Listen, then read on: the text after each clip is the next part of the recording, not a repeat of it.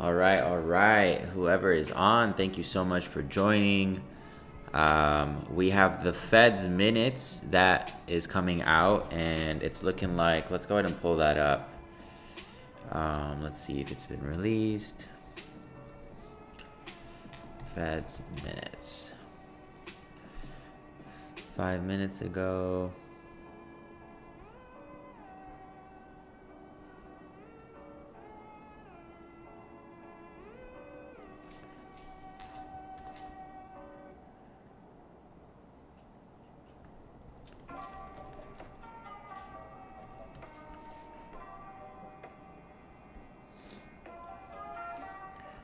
Most Fed members expect more rate cuts ahead.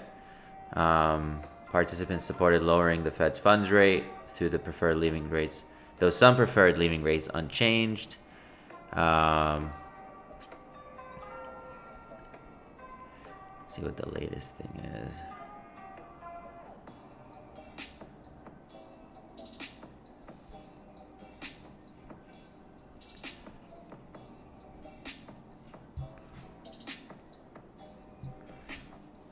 Okay, here we go. Now they're released. So Fed minutes show officials were tight split over December rate cut.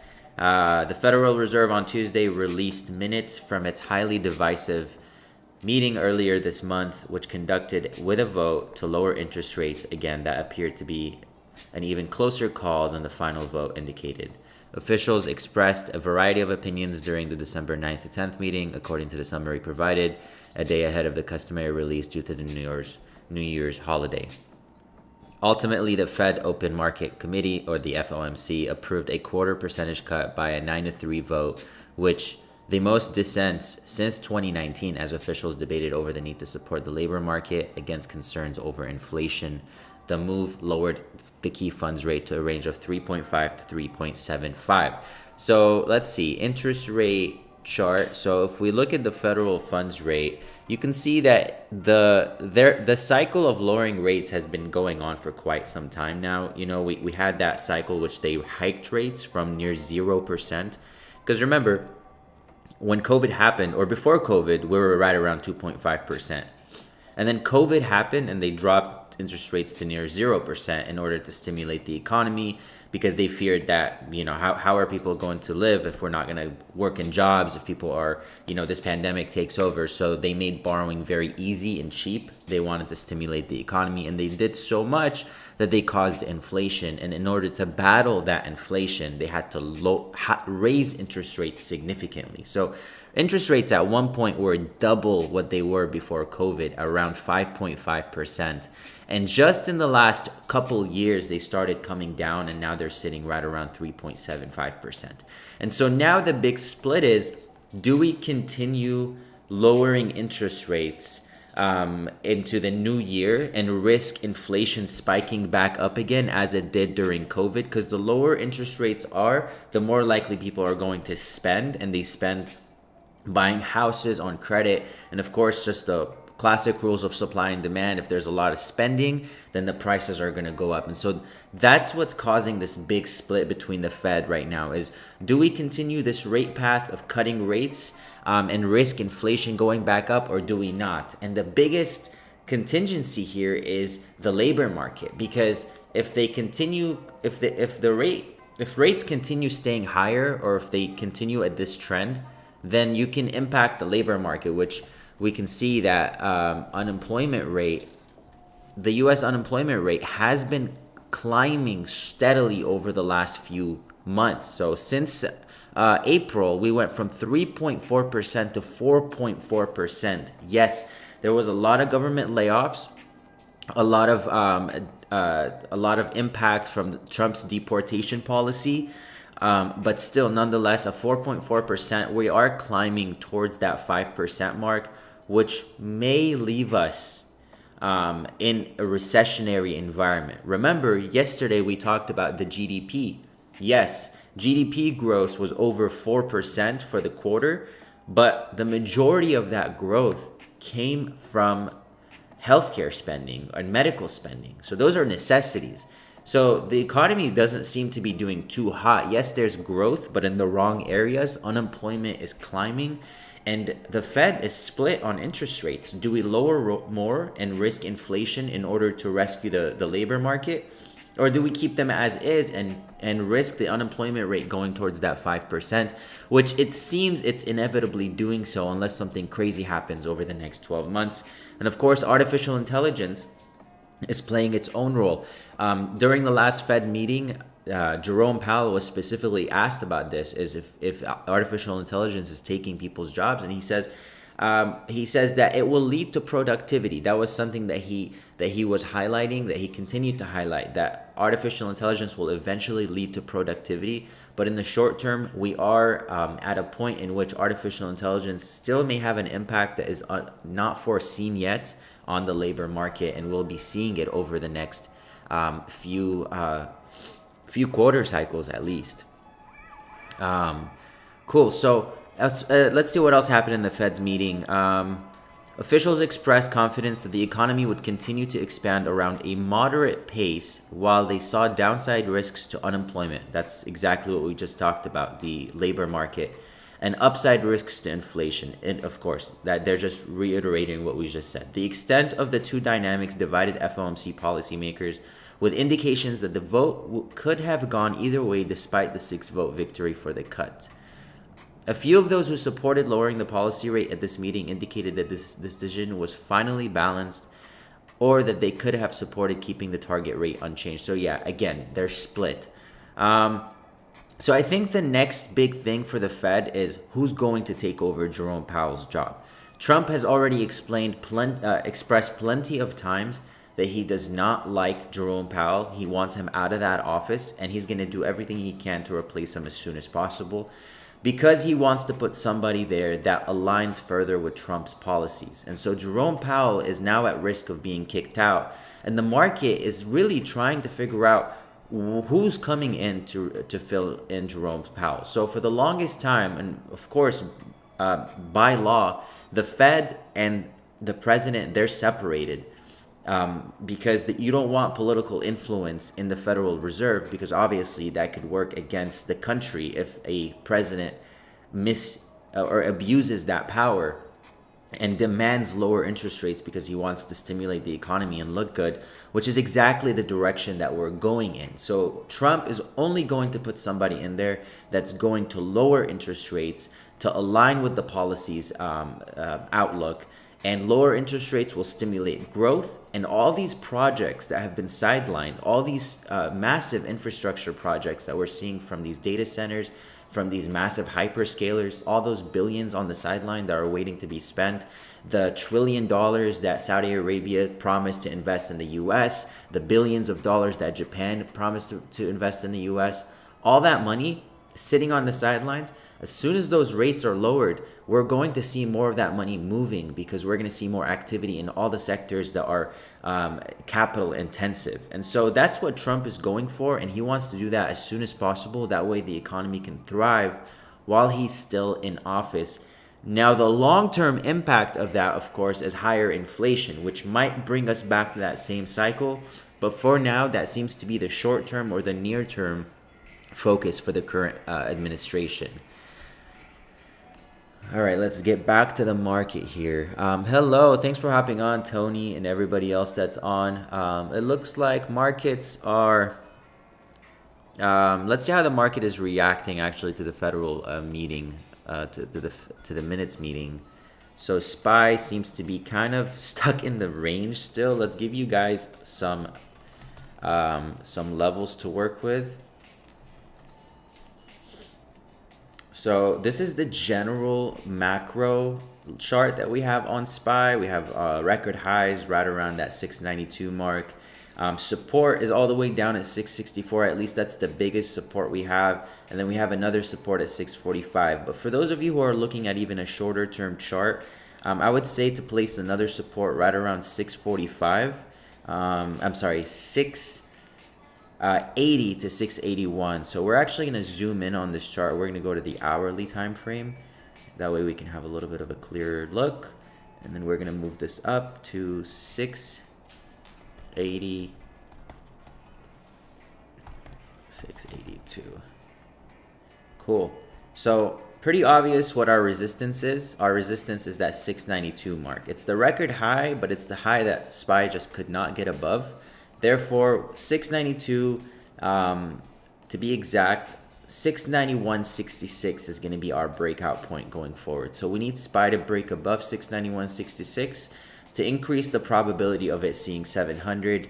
But considering the fact that it's already 2 hours into close on the second to final trading day of the year, the chances of SPY hitting 700 are running low. It's not impossible, but it's improbable at this point.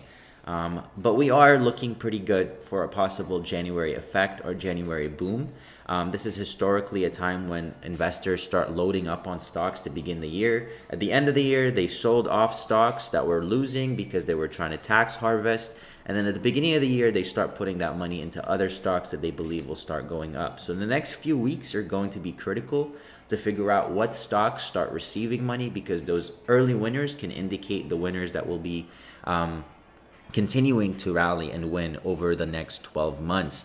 Some industries that we're already highlighting based on today's movement, Boeing and FTAI. FTAI just hit a new record high. This is a big name in aviation.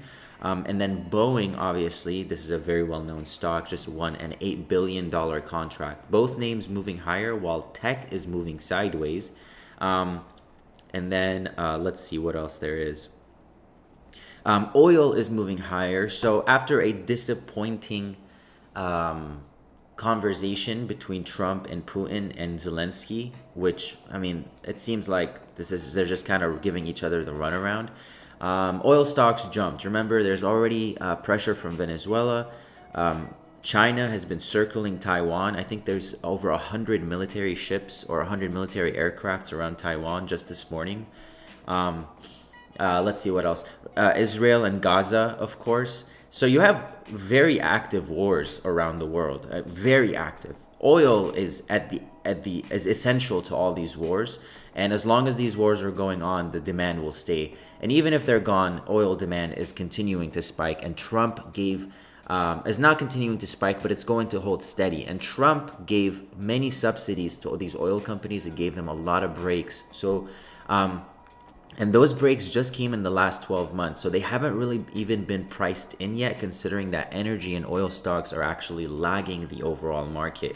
And so when we look at XLE and we zoom out, we see that it's not really performed that well over the last 12 months. But Trump has given over, I think, $18 billion in tax breaks to these oil companies. Chevron is now cleared to drill in Venezuela, which is pretty massive for them. Exxon and Chevron are trading at very low price to earnings ratios compared to the S&P 500.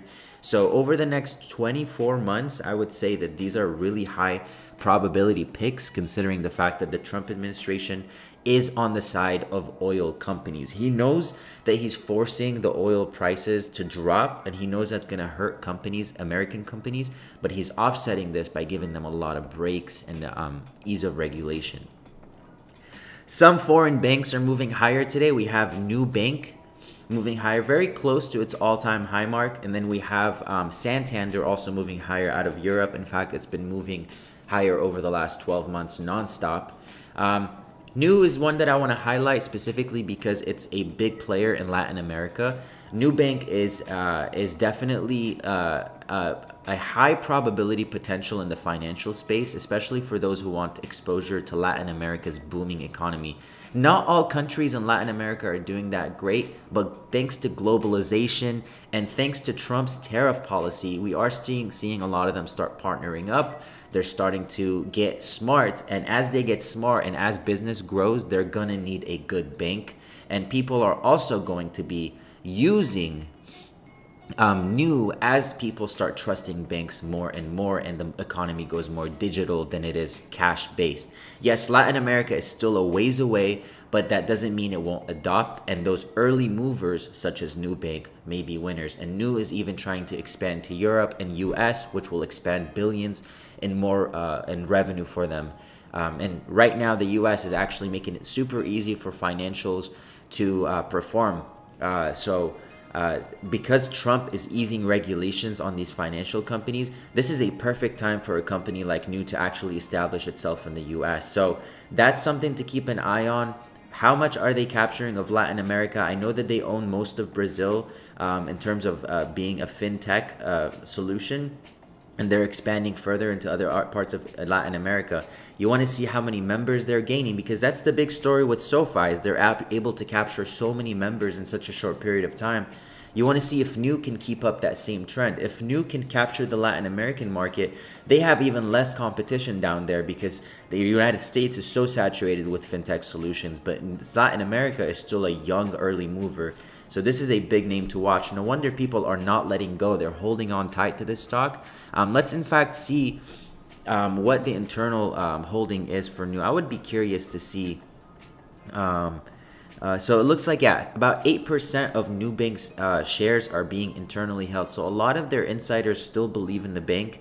32 price to earnings ratio is a bit high. If we compare that to SoFi, which is around 49, so it's actually not too high compared to SoFi, but compared to the S&P 500, that is pretty high, and the S&P 500 is around 28 right now. It's a bit higher than the S&P 500, but notice this, the company is still doing really well. Look how fast they're increasing their revenue. Their annual revenue went from 7 billion to 10 billion in 2024, and then the first 3 quarters of 2025 are projecting that they will end probably closer to about 13 to 14 billion dollars. So they're still increasing revenue by about 40% per year, and net income is positive. So not only are they increasing revenue, but Nubank is managing their money properly and maintaining profitability at the end of the day. The company's positive equity is over 10 billion, and free cash flow is also positive, which is a good sign for such a young company that was only founded in 2016. So really liking this play. We remain bullish on Nubank. We covered this stock maybe, let's see when we covered it. I believe we covered it maybe a few months ago. Yeah, here we go. So we covered this stock back in August of 2025, and our price target was all-time high around 1620. It already hit that price target, which is why now it's trading at a little bit of a higher level in terms of its valuation than we were at than it was when it was $12, obviously.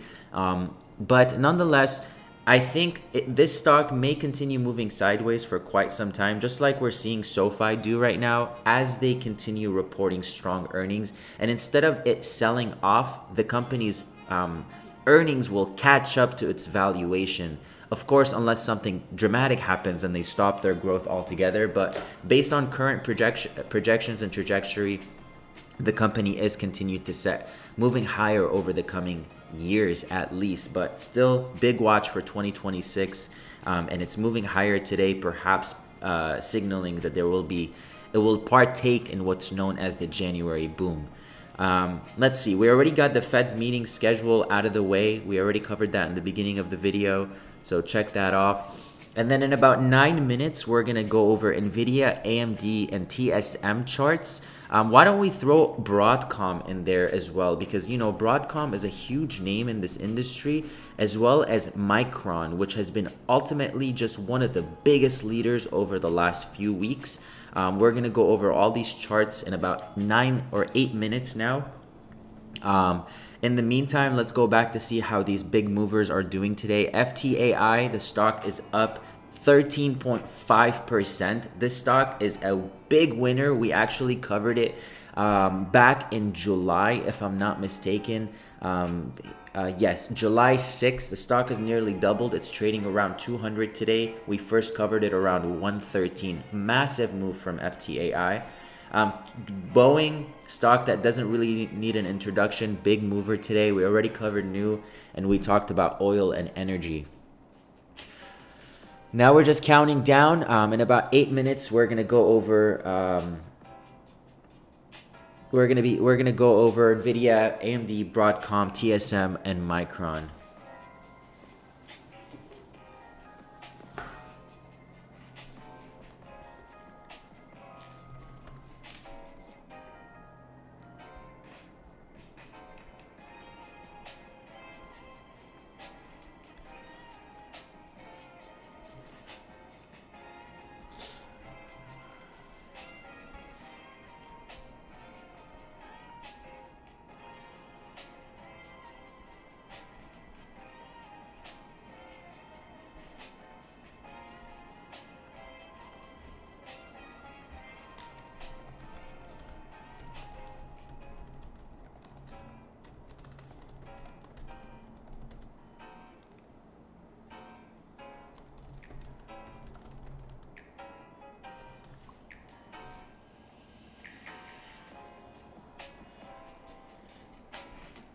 Hey Justin, new to the channel. I really like what I'm seeing from Amazon heading into the new year. Yeah, you know what? I do agree. I think Amazon is doing what they can to grow their advertising and their cloud business, which is really the attractive part. You'll notice that a lot of companies during tariffs, they struggled, and Amazon was, of course, one of the companies that many people were scared would struggle the most because, of course, a lot of the stuff that's being sold on there is coming straight from out of the country. And so I think this year was more of the year that Amazon was really kind of investors were feeling out how is Amazon going to navigate this tariff environment. One, how is Amazon spending going to reflect? Because remember, they're spending billions of dollars on AI revenue. I'm sorry, on AI infrastructure. So just like all other hyperscalers right now, that big question mark of is this going to be a good return on investment, or are you guys wasting your money? So that's one big question. Three, I'm sorry, Amazon's advertising business is taking off. In fact, they just partnered up with Roku, and now they have control to over 80% of the connected TV markets together, which is why we're so bullish on Roku. By the way, for those of you who are on our premium channel, we are super bullish on Roku. We're holding a position. We've been holding a position for quite some time. But Amazon in specific, so advertising, one, cloud, two, and you're telling me now robotics, which is a huge opportunity right now. And so you could see that Amazon's revenue is really becoming very diverse. So it's not just their online stores, Amazon Web Services, which is AWS, advertising services, subscription services, and physical stores. So they own Whole Foods and they have Amazon Fresh. So that's really, it's all working together. And check this out, Amazon is only growing net income at a very quick pace. You can see that net income is outpacing revenue growth significantly in the high 30%, 38% in the last quarter. This is a company that's on track to hitting $1 trillion a year in revenue over the next few years. So Amazon and Walmart are actually racing to become the first company that hits that $1 trillion revenue. And it's going to happen, and the market is going to like it, which means that Amazon and Walmart, although they compete in some sense because of their online deliveries, Amazon has the upside of it being a tech company, which is only going to grow in the long run because they have so much dominance in the internet. I mean, so much of the internet runs on AWS that we can't afford to be without it. So in terms of their performance in 2026, I would say that investors may still need to see 1 to 2 more quarters of earnings because they really want to gauge how is Amazon's AI spending returning back to the company. But nonetheless, Amazon is not really a stock you want to just get in and out of constantly. Sometimes it makes a good short-term trade, but Amazon is definitely one of those long-term companies to hold in one's portfolio. I want to highlight the fact that just because a company is good or you think it's going to do good, it doesn't mean it will break out right away. This was Microsoft from 2023 all the way up until December 2024. So a full year of Microsoft was moving sideways, and then they landed the OpenAI deal and ChatGPT blew up, and then look at that massive rally that gained after. So when you're looking at these stocks, be patient. If you ever get worried, just review the financials and fundamentals. The day-to-day may try to psych you out. We may see big volatility because of uncertainties around the world or on the market. But as long as the companies are still generating that revenue, making moves to adapt, such as Amazon with robotics, then they're in a good position to continue pushing higher eventually. It may take time, but eventually they do catch up, such as Microsoft did in the last 12 months. Cool, you guys. So let's move on to NVIDIA. That way we can start charting. By the way, if you're looking at the Amazon chart, just to kind of show you what's happened over the last, since June, really, it's consolidated sideways. It had a breakout attempt on earnings, but you can see that it gave all that back up, and now it's back within this consolidation range. So we want to see a breakout above 240. Above 240, it has a really strong chance of moving towards the all-time high mark again. But until now, it's stuck in this consolidation. Not a stock to trade. It's a stock to own, really. Nvidia, let's go ahead and jump. Nvidia, this now we're starting our 2:30 p.m. or Eastern p.m. Review of these stocks. Nvidia, we've already gone through the fundamentals with Nvidia, but just so we can have a quick refresh of how capable this company is, this is a company that's still, to this day, growing revenue at 62%. This is an absolutely insane growth chart on Nvidia, from $27 billion in annual revenue in 2021 to more than $130 billion last year, and now they're going to break $200 billion in 2025. Revenue, net income is moving just as quickly. That leaves the company at a massive net margin of 56%. So how is Nvidia able to do this? How are they able to imagine you're making $55 on every $100 product that you're selling? How is Nvidia able to have such strong margins?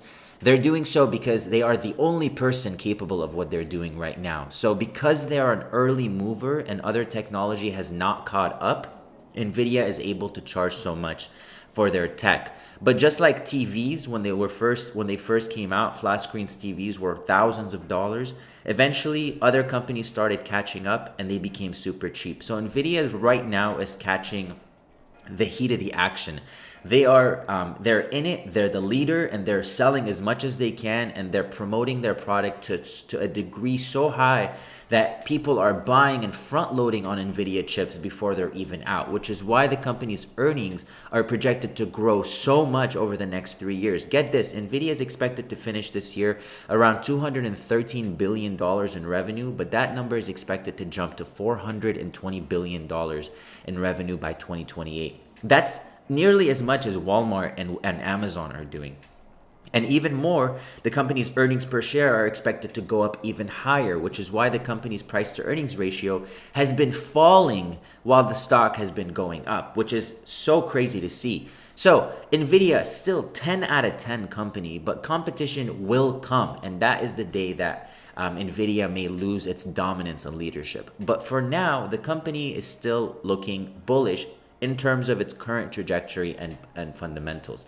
I will say the short term, however, seems uncertain. It seems like a lot of people right now are questioning the artificial intelligence trade. There's a lot of questions about the AI boom and AI bubble. And markets kind of do this thing year over year where they shift focus. And so now that we're coming into the end of this year, many people are wondering, is this going to be the time in which we shift focus and the AI focus kind of moves away and we kind of start going towards other things?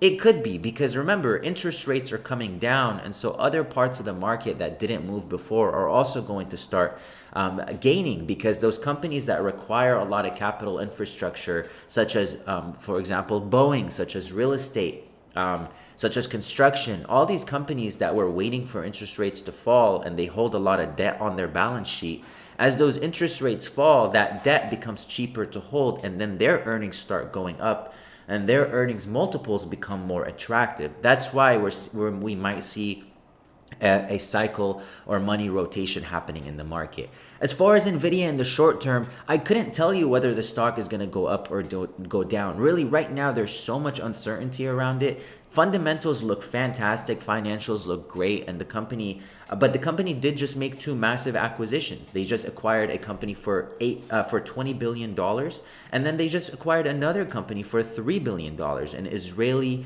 lab company. It's an AI labs company. And it looks like the company will be funding $1.4 billion, and Google also participated in that funding.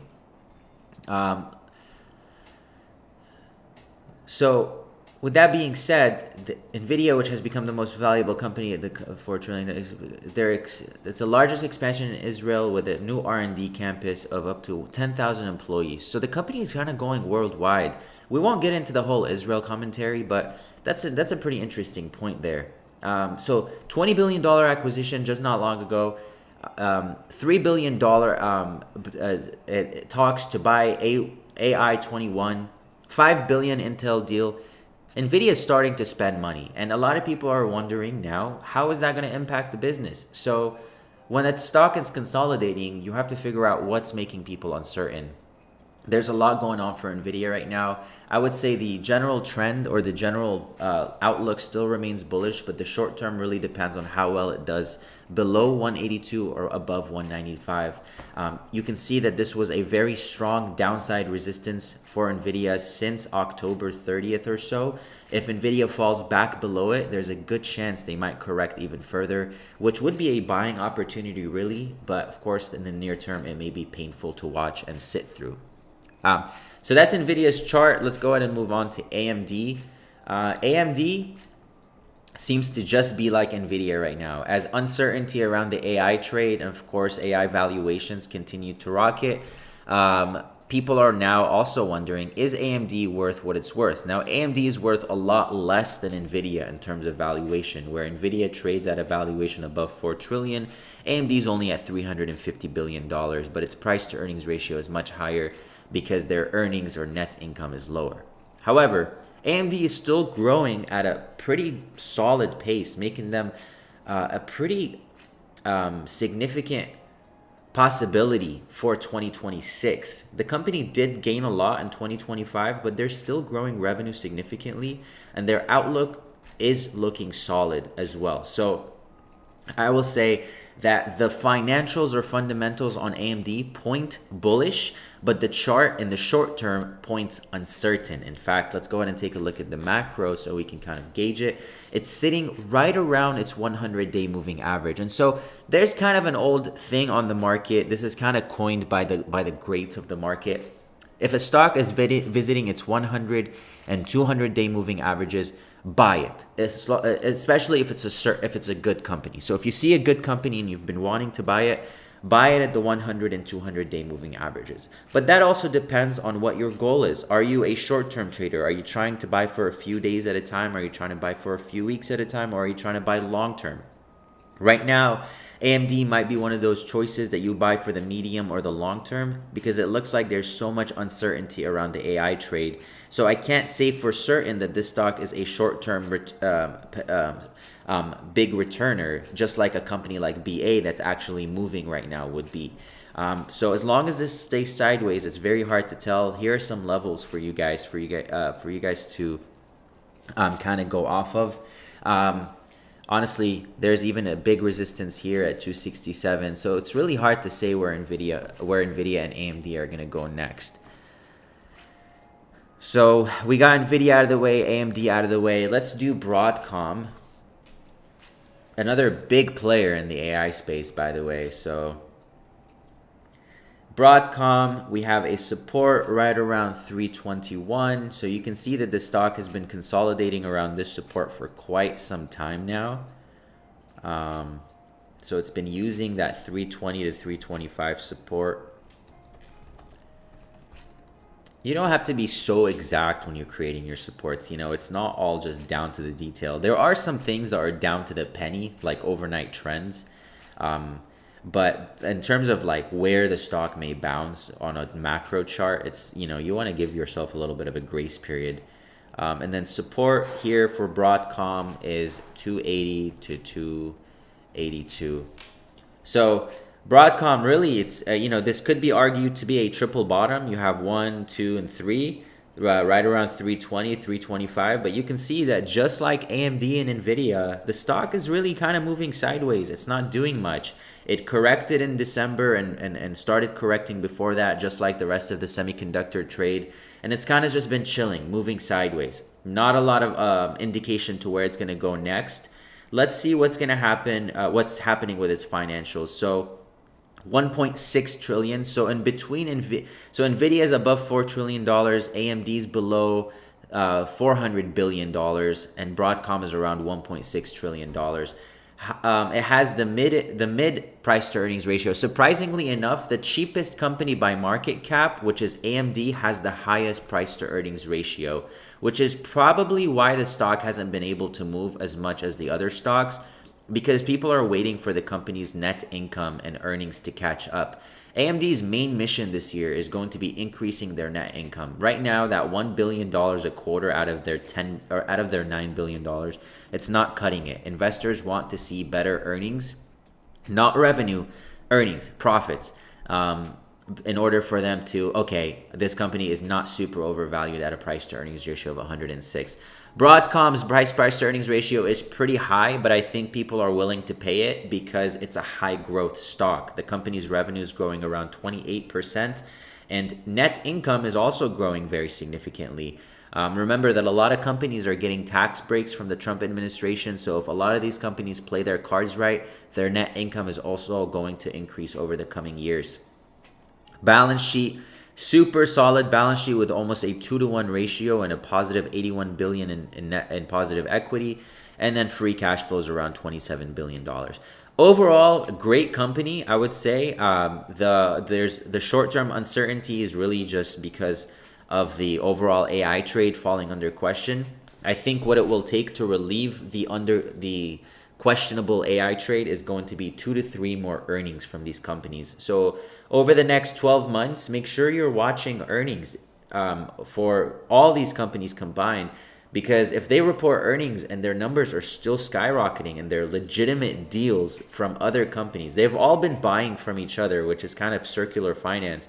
But if they start signing deals with other companies, small caps, mid caps, and their earnings continue to grow, they start developing more powerful chips and they start integrating with each other. Remember, the US needs to win this game. The faster we can create AI solutions, the faster the rest of the world can build on our stack rather than going to another stack, which is why the US government is pushing so hard into this, because they want us to be the fundamentals of AI. Just like Microsoft became the first personal computer, or like very popular one, and that was kind of the base for almost all computers. This is kind of the same idea. The faster we get to building that AI base, the faster these companies achieve that goal, the more likely the rest of the world is going to build on US AI stack technology.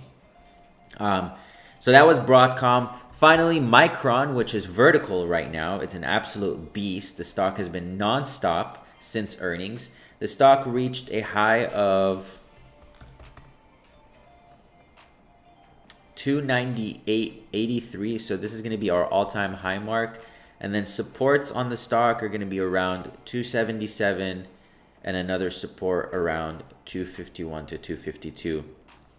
So Micron's big rally is attributed to AI. They are a memory company, and they are just selling out. That their report, they literally said that they don't have enough supply to meet demand, because there's so much demand for memory space right now because of the AI boom.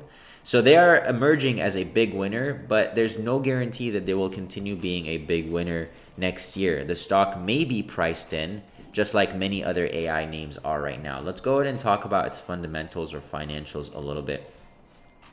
Price to earnings ratio is 27, so it's actually pretty attractive still despite its rally.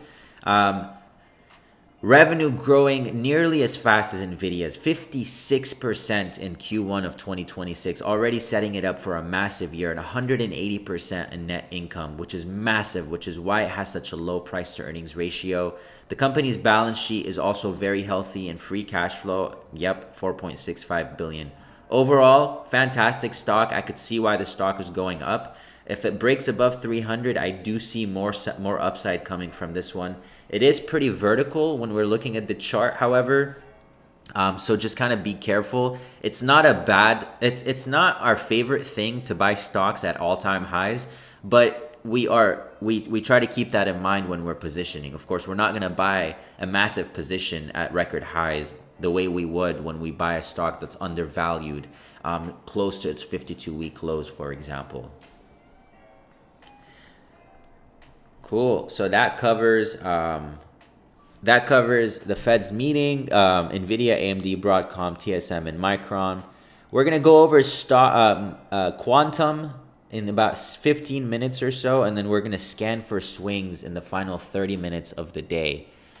For those of you who are on, we have a great turnout today. This is the most views we've had since we started doing these lives. Yes, we just started doing them last week, but I'm so glad to see everybody on board. Thank you so much for joining.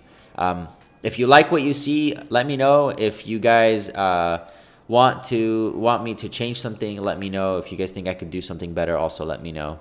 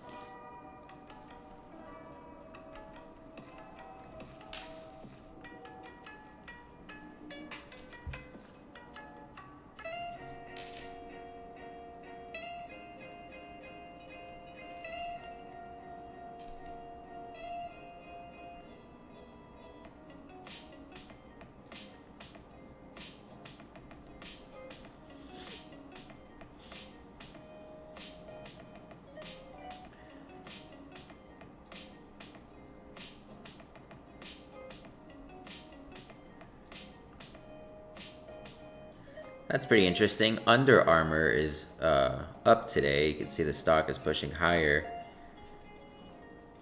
9.2% higher. The stock's average volume is 4.6 million, and today is trading at 9 million. And notice this, the stock has a short float of 22%. For those of you unfamiliar, a short float means that there's 22% of its outstanding shares, which are about 114 million, are being held short. So there's a lot of people betting against this stock. And what that does is if the stock has a big day on a positive catalyst, such as today, is it creates a short squeeze. This is very similar to what we saw with GameStop 4 or 5 years ago when the stock went on a massive run. Pretty interesting that Under Armour is pushing. Do we know why? Let me go ahead and let's take a look at to see if we know what is pushing Under Armour. I'll show you guys what I'm looking at so that way you guys could see it with me. Under Armour shares rise as a major investor boosts stake. Okay, so major investor bought 71 million in stock across 5 trading days. The chief financial officer at Fairfax Financial Holdings acquired 15.7 million shares between December 22nd and 29th. That's pretty interesting. Let's see what the company looks like. I know they just let go of Steph Curry. If I'm not mistaken, somebody who's watching this probably knows. Confirm if I'm right. But let's see if Under Armour is what they're doing.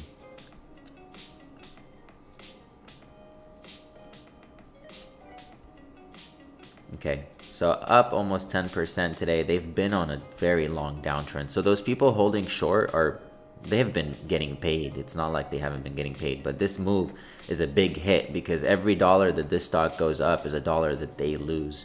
And the stock can virtually go up forever. Remember that. If you're shorting a stock, the stock there's no top. It can go up forever and you can continue losing. And that's why if you want to short a stock, you have to be on margin. But here's the big range. So it has a support around 395, and then resistance at 5.45. So this is kind of the range that we're looking at here. And then if you see a stock gap up, you want the stock to hold the lows of that gap up to maintain the strongest position. So we're gonna put a support right around 4.50 to 4.60. Actually, we'll give it till 4.40. The reason why is because it's a penny stock, so it could kind of shake people out below that support. All right, so that's what we're working with on the technicals. Let's see what the company looks like in terms of financials. Oh, that's kind of interesting. So 43% internally owned or closely held shares, which explains why. I mean, shares outstanding is at 200 million, and then there's only 114 million available to the public market. So that makes sense. It's a $2 billion company. Price to earnings ratio is not present. That's probably because they're not profitable. Yep, the company is not profitable. Sales are declining. There's nothing positive about revenue right now. It's just been on a downtrend, which is kind of the same trend. It's not exactly the same trend, but it's kind of along the same lines as Nike because there's a lot of new companies that are popping up, such as On Holdings. Look at this company, 44%, 35%. This is where the money is going. DEC, which is the owner of Hoka, you can see that their earnings are also growing. And then legacy names like your Nikes, your Under Armours, they're not doing so well. Whereas Adidas is actually doing decent, but Under Armour and Nike clearly not. Under Armour, definitely not as popular as Nike. They just, if I'm not mistaken, they just let go of Steph Curry as a sponsor. Balance sheet, nothing special. Cash flow is in the negative. I would sell this business if I was in it. I don't know why this guy added a stake. It's maybe there's a strategic reason behind it. Maybe he doesn't. Maybe he sees something that we don't. Maybe he knows something that we don't. But would I want to put my money in this Under Armour? Not for the long term. Perhaps it can give us a short-term trade, which I've labeled the technicals here. So if one wants to play the technicals on this instead of the fundamentals, which is kind of, we use a hybrid of both. these are the levels you would want to use, with the resistance being around your price target or your first price target. Um, cool. So in 7 minutes, we're gonna go over quantum stocks. If you guys want me to go over any specific quantum stocks, I know they're a super popular trade. Let me know. You can put the quantum stock that you want me to cover in the YouTube chat, and I will go over it on live. But I have a list that I'm gonna go over anyways. But maybe you know one that I don't, and you can enlighten me.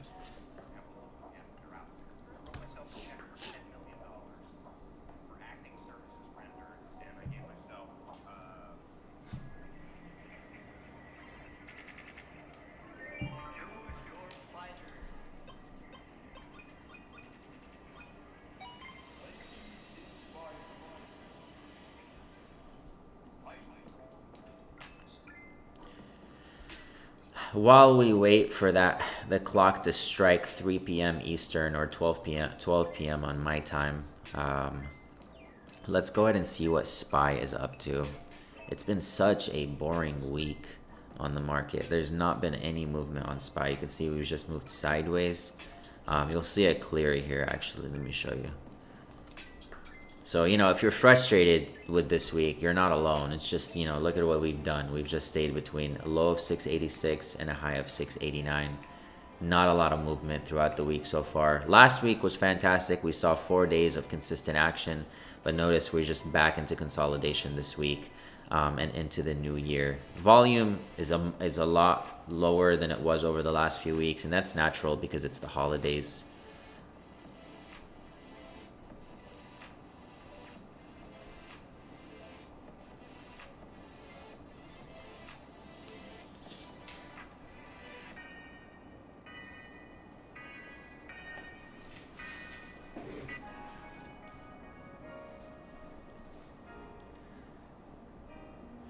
So 5 more minutes, you guys. We're gonna get into quantum stocks. I wish that I could play better music for you guys. It's just that I'm limited with what I can play with YouTube because they have copyright issues. So if I play like anything good and that's well known, like any rock, then it'll get flagged and my video won't play. It's kind of lame, but it is what it is. Okay.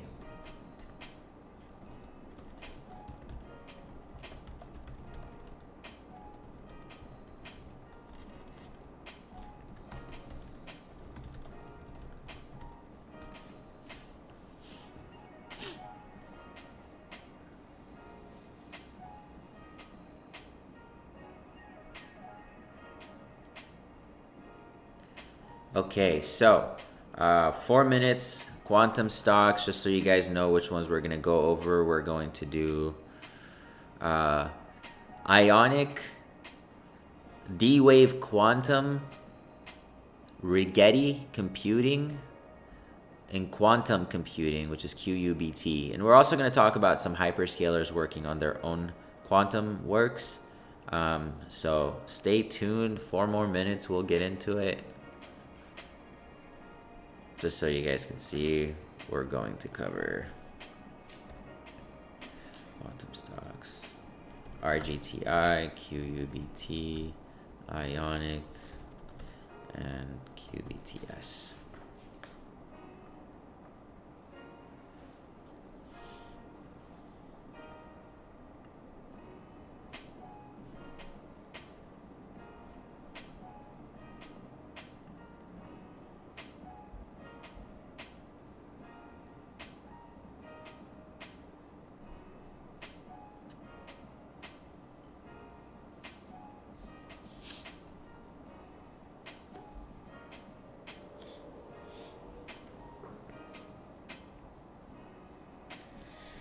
All right, let's get into it, you guys. So RGTI, let's go ahead and get started. RGTI is, let's see. So this is a company that builds superconducting qubit processors and developer-friendly quantum access. So they are more of a pure play quantum stock, but they're not profitable, or they're not generating revenue just yet. So the company, well, they are generating a little bit of revenue, but the majority of it is being lost to research and development. $200 million last quarter, $40 million the previous quarter. And so we're going to go into these quantum stocks, and you're going to see a common theme, right? You're going to see that a lot of them are still very young revenue or almost no revenue, lot of losses. And so the big question into 2026 for quantum stocks is, what is their cash runway? How much money do these guys actually have to keep them afloat? Because if they're running out of money, what we're likely going to see, we're going to see a lot of share offerings, and they're going to try to raise money, which is going to dilute the stock price and lower their valuation. And kind of scare investors away. Have you ever been in a penny stock and they had a sudden share offering? The stock drops overnight. So if you're entering these companies, just know that quantum names, the majority of them are high risk, high reward, speculative names right now. And so a lot of them are subject to these share offerings. They're going to need to raise capital, because if you're losing $200 million a quarter, that means you're burning a lot of cash doing research and development. I know that quantum computing development must be very expensive, but management needs to be very careful with how much cash they burn, or else they might run out and just go belly up. Balance sheet is positive. That is a good sign. Free cash flows, of course, negative. Fundamentals don't matter so much in these young companies, but you still have to know what you're working with. What the biggest focus for these young companies is going to be how well they can achieve their targets and how well they're moving towards those targets. You also, just kind of a brief period, you also want to know how many employees they have. If a company has 10 employees, it's not a company that you want to bet the farm on. You know, that's kind of like the idea here.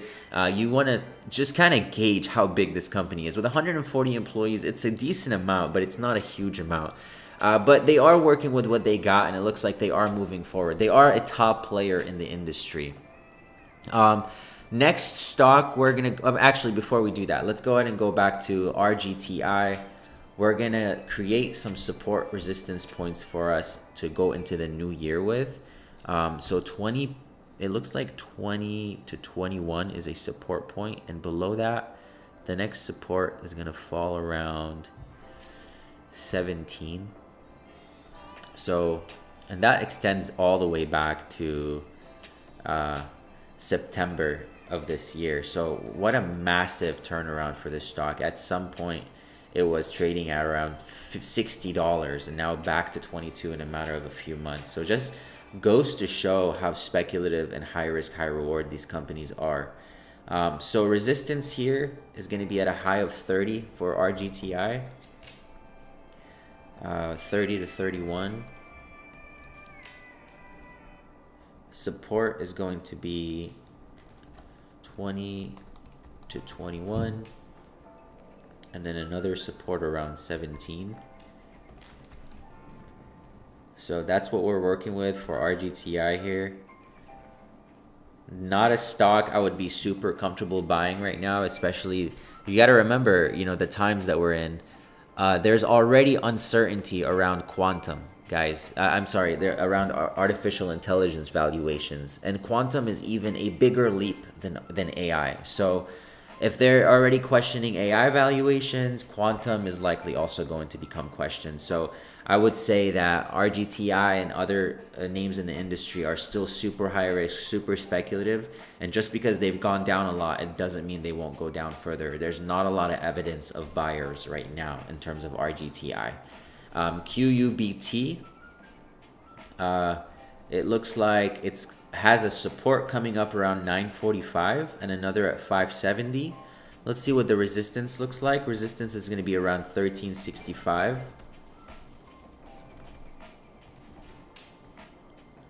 So it's kind of in a box right now. There's not a lot of it's just back and forth between that 9 to 14 mark, which is a 40% swing. But if you're interested in taking a trade like this, you would want to have a stop loss just below that 945 mark. But as of right now, there's not a lot of evidence of buying in this stock. Quantum stocks right now, what they need is a big catalyst that moves them higher. So one of them needs to come out with some kind of technology that really impacts the market and sets it up for a rally. One big thing happening next week is the consumer electronics, whatever it is. It's the CES, Consumer Electronics Show. It's Consumer Electronics Show in Vegas. So new technology is going to be unveiled, and that might excite markets. That might come right around in time for it to be a catalyst for these stocks if quantum computing is a big conversation there. It is, because I've done the research and I know that they're going to speak on quantum, and so that might be a catalyst for these stocks to move in next week's CES. So keep an eye on that. But these are definitely speculative companies. You don't want to, over position in a company like this in one's portfolio. Barely any revenue. This company is making $300K a year. They're scraping by with net income, but still losing money. Balance sheet is positive. That's good.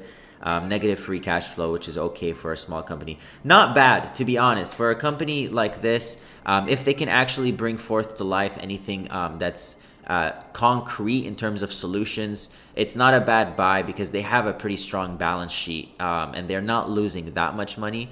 And what they're working on is room temperature photonic quantum systems, so without no extreme cooling. Okay. So yeah, this is one of the better ones. It's on the cheaper side, so not bad. Remember, the one we just looked at was $7 billion. This is only $2 billion.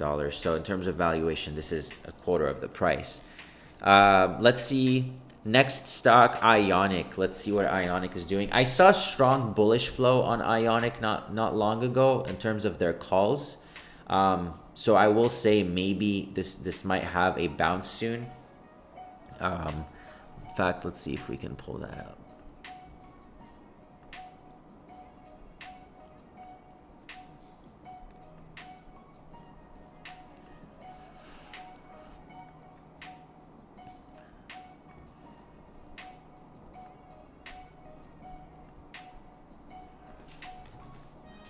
So Ionic, here we go. So let's see what the expected move is. So by January 16th, expected move on Ionic is around $6.50 to either side. And so with that being said, if we see Ionic here, 45, so a $6 move to the downside would take it below its support, but a $6 move to the upside would take it above its $50 resistance.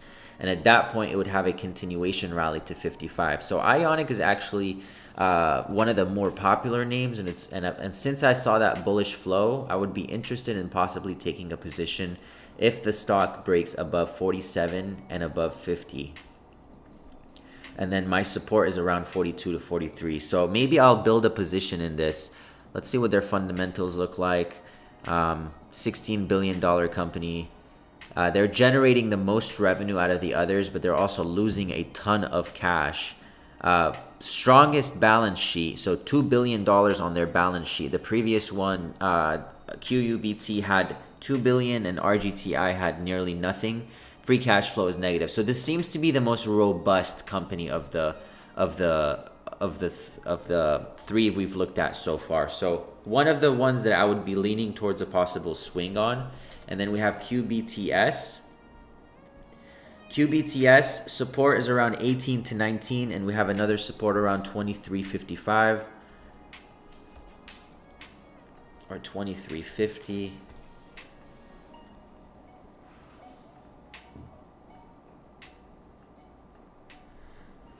Here we go. Let's see what this company is doing here. $9 billion company.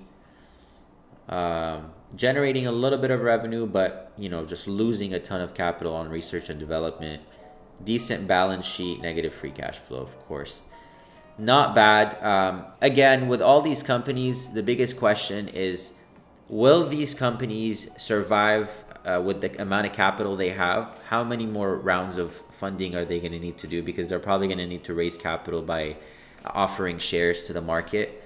And it's all about projects. You want to keep an eye on projects, their latest projects, which one is looking most promising and which one is preserving capital and being smart with their money as well. So there's a lot to watch. These are definitely more of a speculative trade than they are a good long-term investment as of now.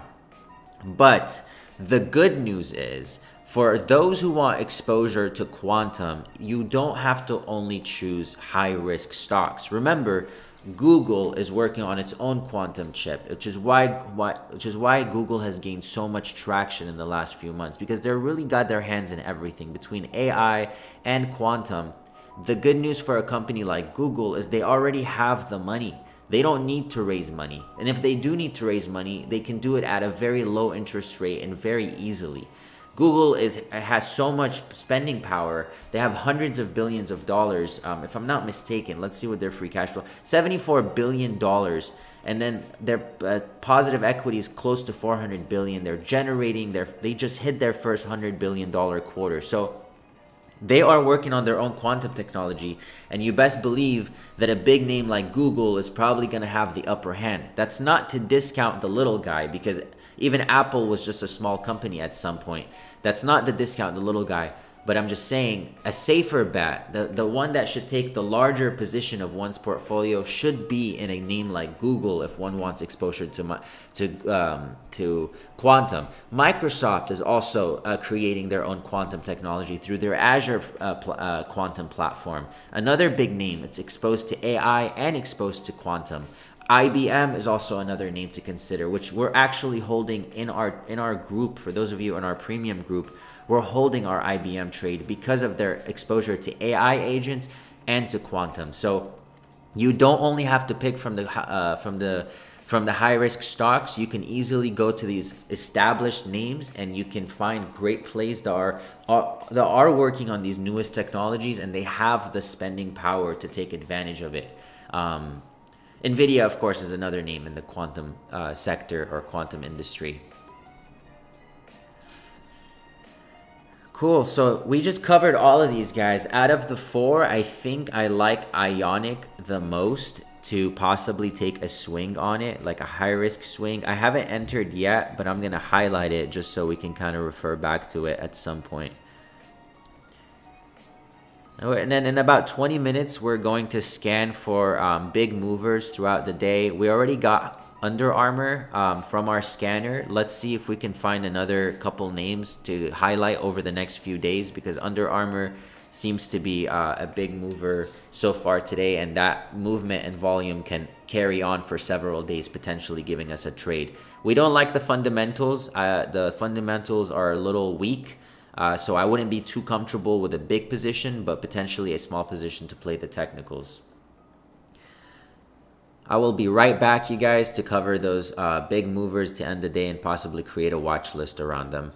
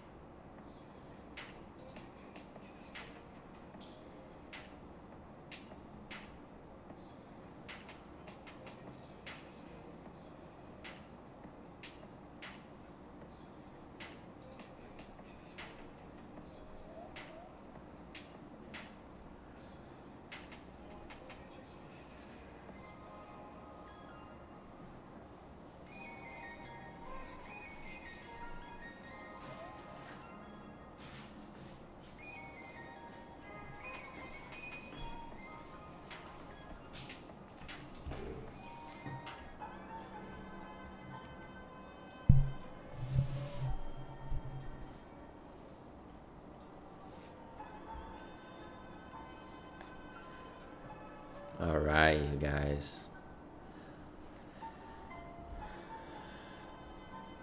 About 10, 12 more minutes, and we're going to get into our end of day scanning here.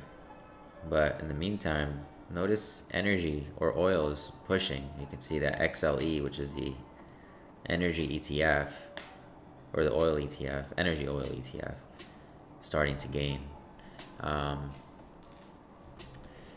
ET is moving today. This is a natural gas play.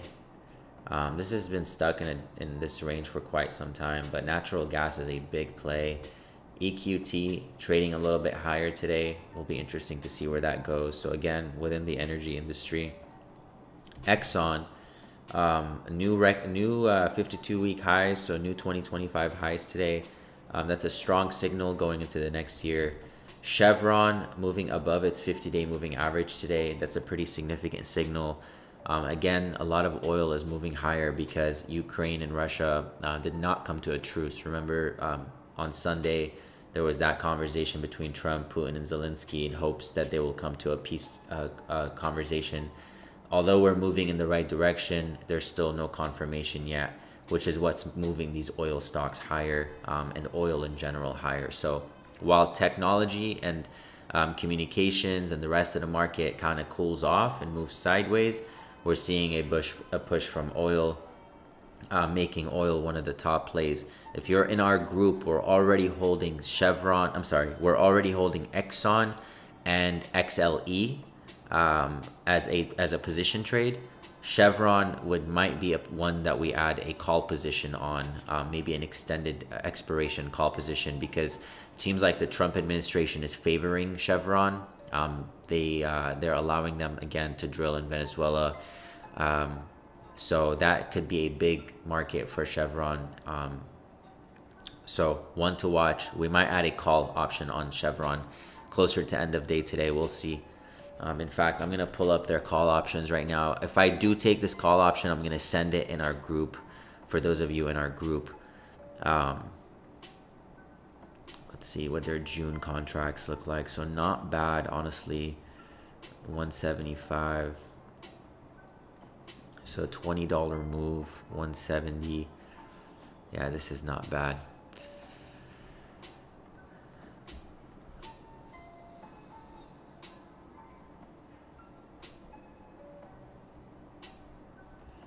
So I'm gonna type a setup up for those of you in our group, and I'm gonna send it over in our Hyper Alerts channel on a call option that I'm gonna take on Chevron.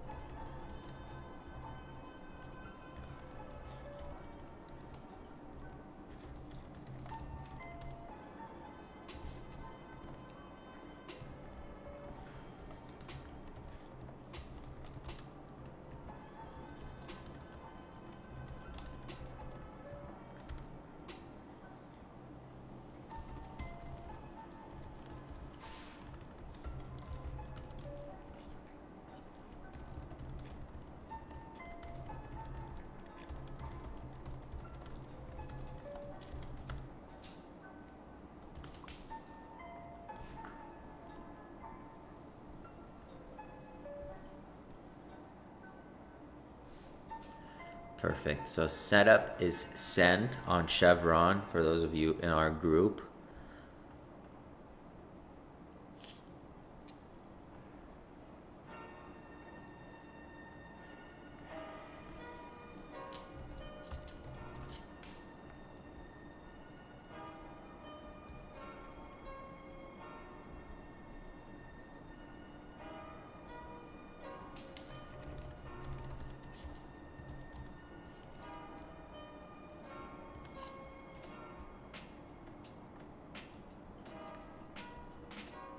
Seven minutes, we're gonna go through our power hour scanner to see if we can catch some good names that we can start watching today and tomorrow, into the rest of the today and into tomorrow. Remember, I like to look at stocks at the end of the day because I could see what happened through the day instead of trying to enter in the beginning of the day when everything is moving so fast. But at the end of the day, since we're mostly swing traders, It gives us kind of an idea of how the overall overall trading day finished, where the stock is closing. Is it closing in a new trend? Did it break its structure? Is it breaking above any key moving averages? How are the indicators looking? It's end of day analysis is really kind of my favorite thing to do.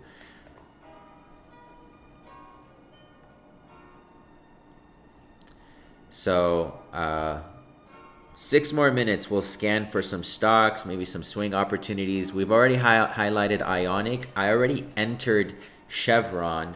I sent a call option setup to the group for those of you in our premium group. So let's go ahead and highlight Chevron. I have not entered Ionic yet. It's one of the stocks I'm looking at, though. Ionic is one of those higher risk names, but I'm already holding a few high risk names. So I might wait this one out and wait for it to see some stronger indicators that it's going to reverse. But I've got my resistance set around 47, and if it breaks above 47, then I'd be possibly interested in taking the stock on. Let me just go ahead and move my computer. My cat is being a menace right now. All right, cool. 5 minutes, you guys, and we'll get into our scanner. Let's go ahead and pull it up actually to see what we have, and then we're gonna go through these stocks. We're not gonna go through them one by one, but we're definitely gonna highlight any of the names that appear to appeal to us.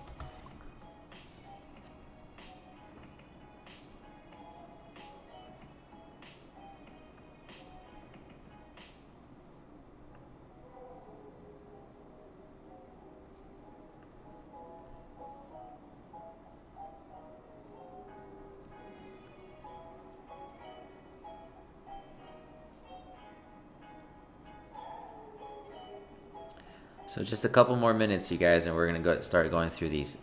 We have 2 pages of stocks here. We're gonna go through a few of them to see if there are any standouts. And if there are any standouts, then we'll be looking over them to potentially enter for swing trades over the next few days, over the next few weeks, or the next few months. Just depends on what we find and what we think is worth holding for that long of a period.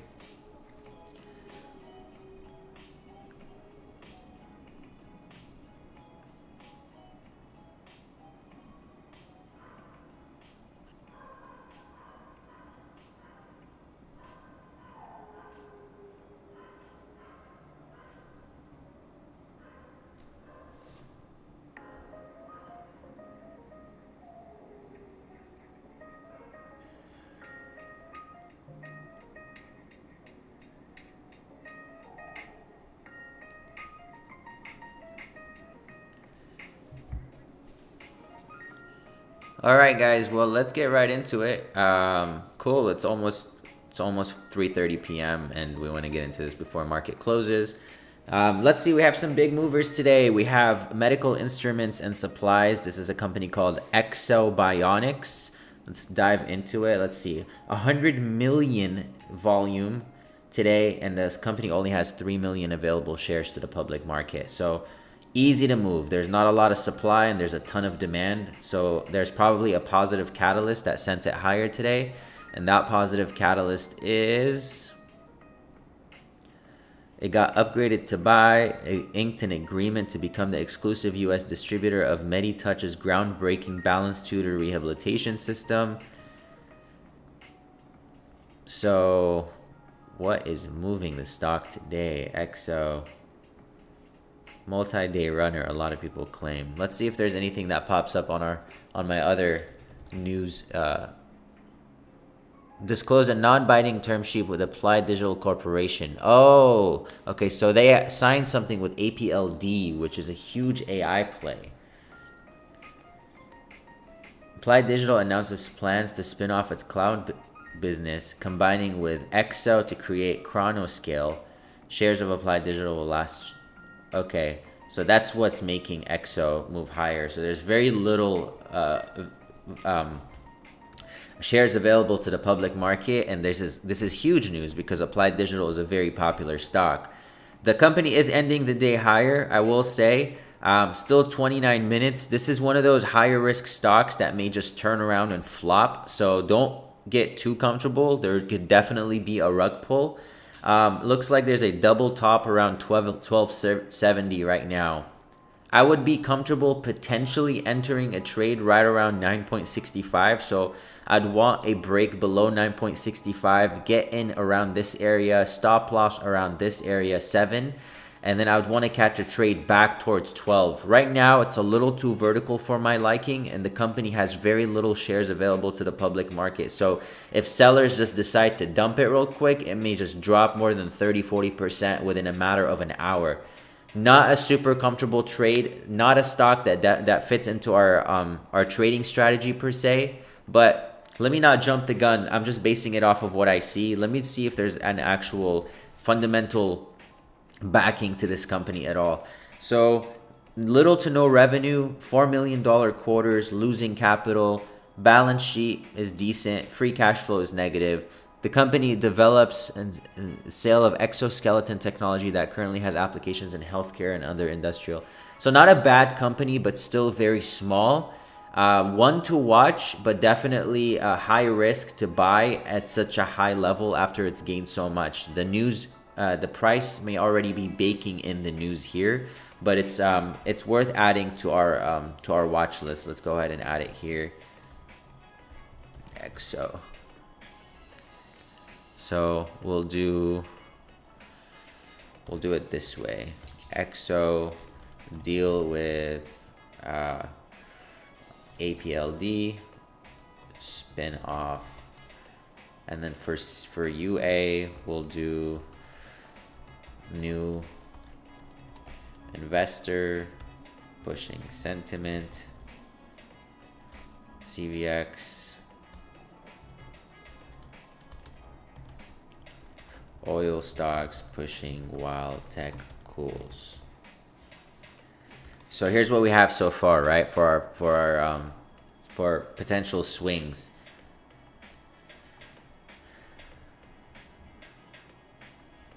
Okay, so penny stock, penny stock, penny stock. I'm not huge on penny stock, you guys. Penny stocks, you guys. I use this scanner to kind of look for stocks that are between $10 to $15, unless I know them and they're reputable under 10. Like for example, this one looks like probably an EV company. Pollution and Treatment Control Company, 374 Water, SCWO. Let's see what this one is doing. SCWO.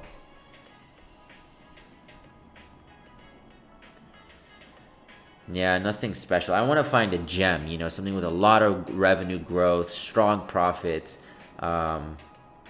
SOPA, a solar company. I'm not a fan of solar. MCRP, United Arab Emirates. This is a pretty interesting one. Let's actually pull this up. I want to see if this is the one I'm thinking of. Yep, this is the one. So these guys are trying to create these robotic solutions in the United Arab Emirates. You can see most of the companies internally owned. There's not a lot of shares to the public market, and it's worth $45 million.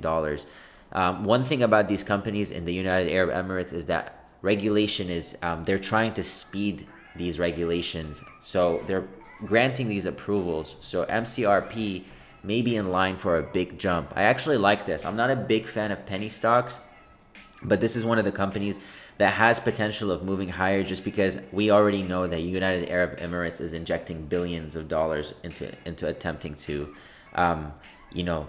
become a robotics player in the industry. So pretty legit website. You can see the prototypes are pretty nice. The police prototypes, cameras. They're trying to really do this control and security thing. So not bad. Seems like a legit company. I wonder if they're going to be presenting at next week's CES. If they are, they might see a jump. MCRP, another name to watch.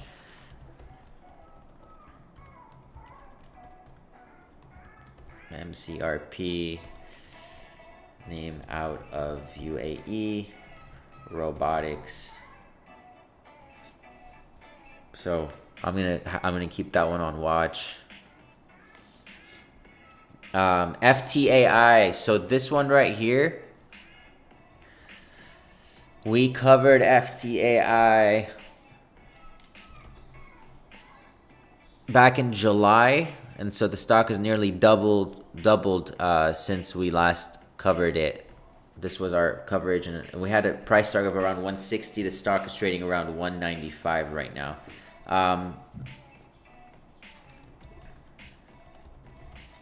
Let's see. Give me 1 second here.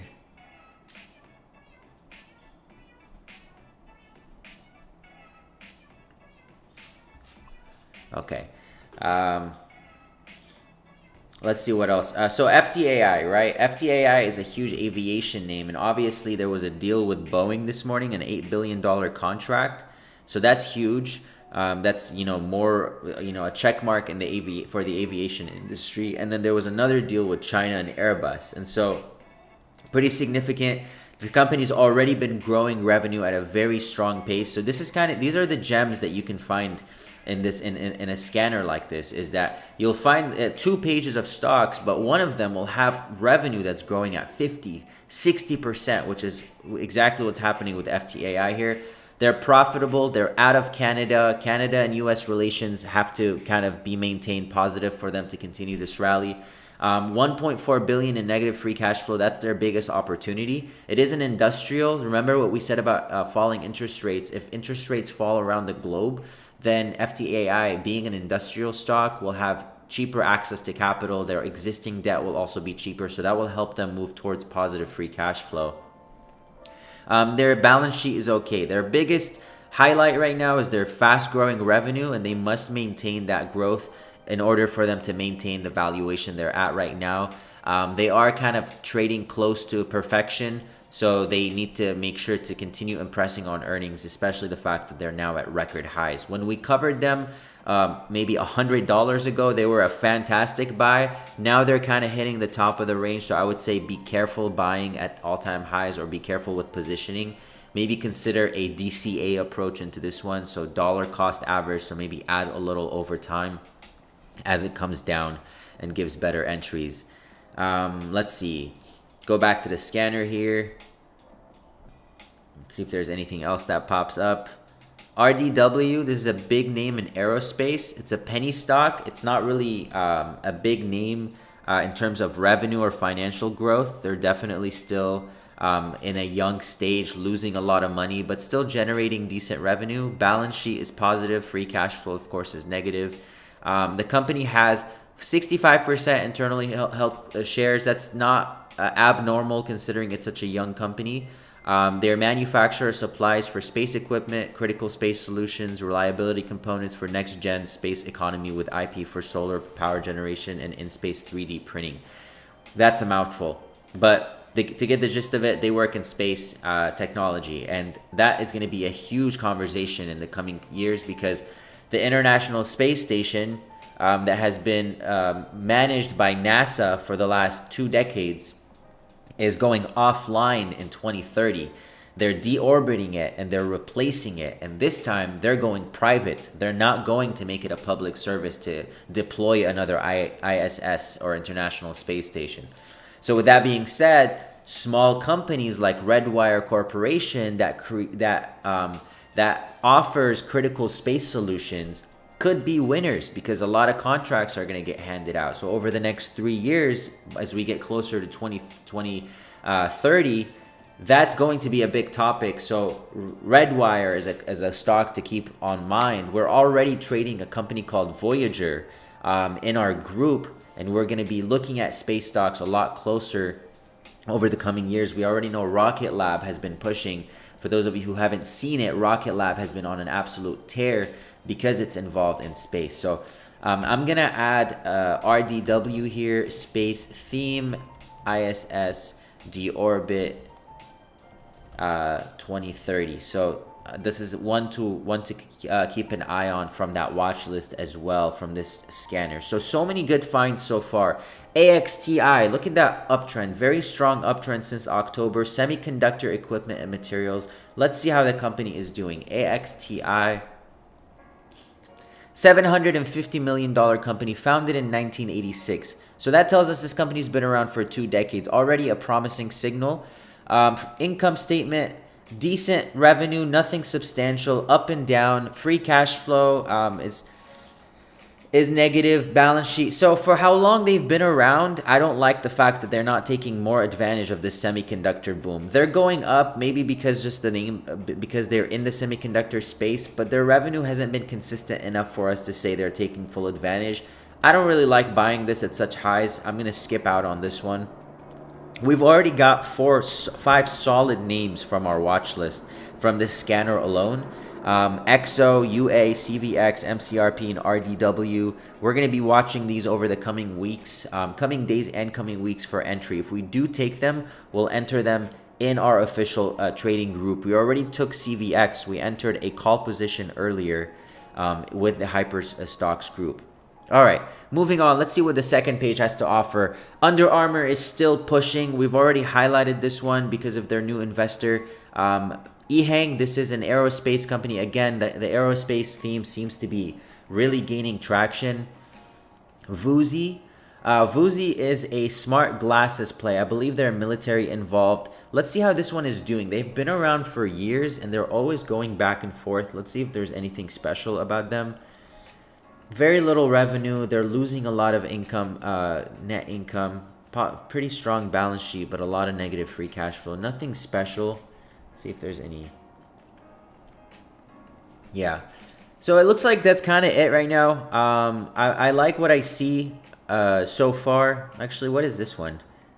This is a new company. SMJF.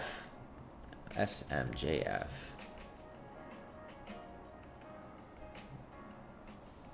SMJF. Oh, wow. These guys just debuted on the market on December 4th. Let's see who these are.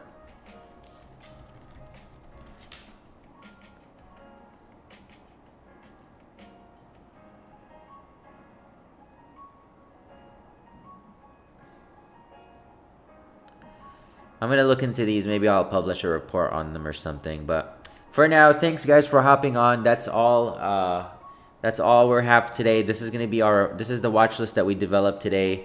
Put these stocks on your watch. We'll cover them again in our next live. Thanks for hopping on. Take care.